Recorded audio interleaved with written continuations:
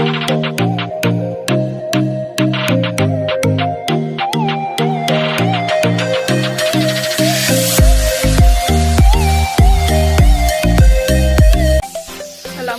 warahmatullahi taala wabarakatuh. Good morning everyone, especially to our professor, Dr. Manuel Roman.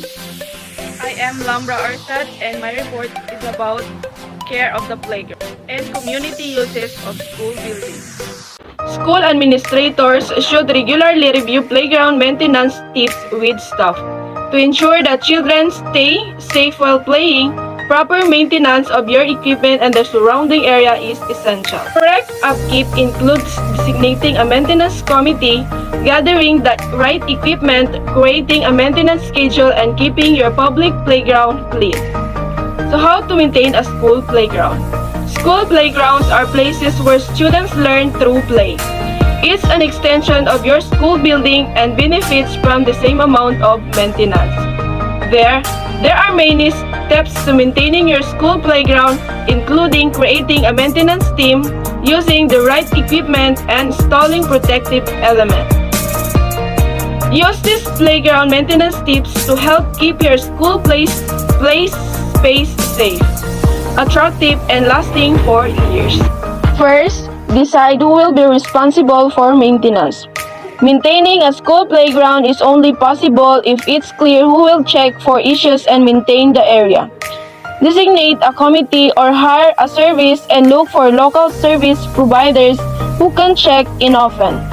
Make sure the people tasked with maintenance have adequate training and knowledge about how to keep up your playground equipment. Second, have equipment installed and inspected by a certified professional, especially if your playground is older.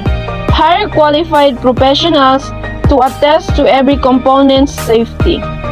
Have them confirm that there is enough space around each piece of equipment and that everything works correctly.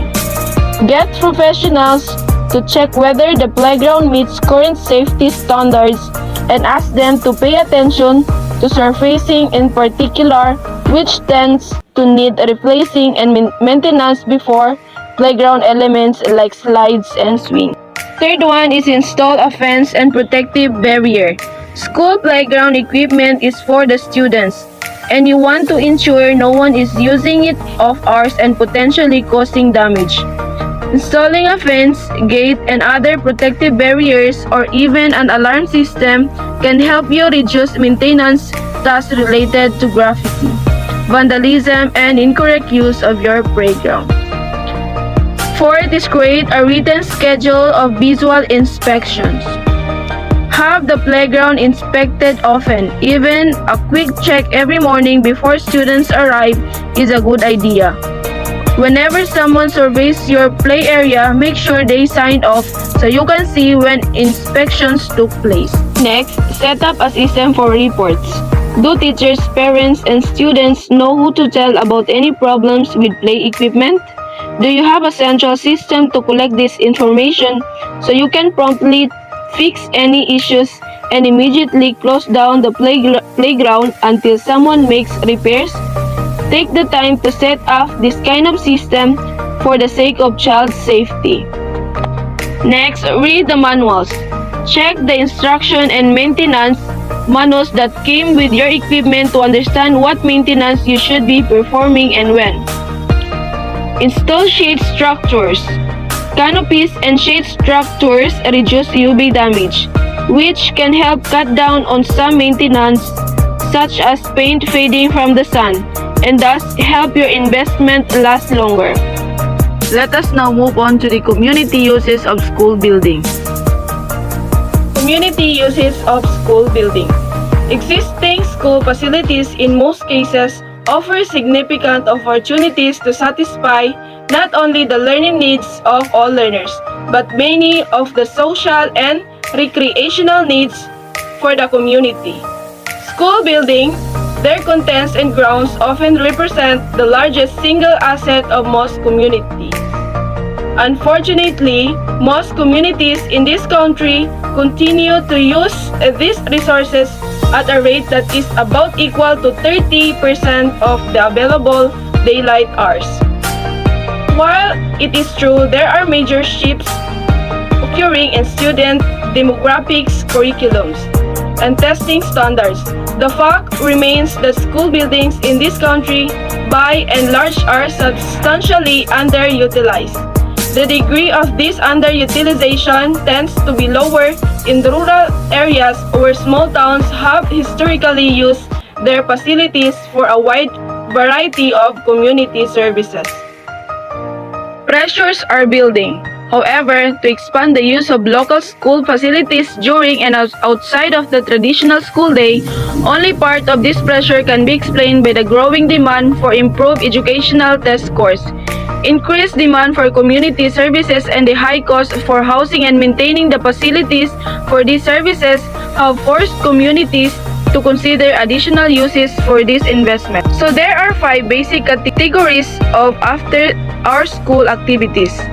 So they are: first, the cultural and social; second, youth activities including daycare; third is resource use and information dissemination; fourth is health, leisure, and recreation; and last one is the adult learning or the remedial retraining, informal, and advanced study. Unfortunately, not all schools have the capability of making unlimited community accommodations because of limitation of the physical plant, location, or other restriction. One critical element that is too often overlooked in expanding community use of the school facility is the negative impact that may be incurred by the immediate area surrounding the school. Increased traffic, parking, and noise that are the result of increased school facility use are problems that require consideration and continued monitoring.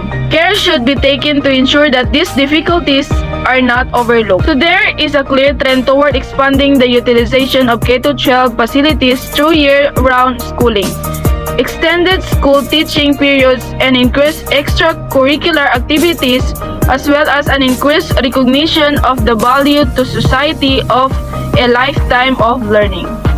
The benefits of this trend to the school, the community, and the education community appear to substantially outweigh the more traditional limitation on the use of school facilities. Today's educational facilities should be designed to sustain the integral relationship between a school and its community.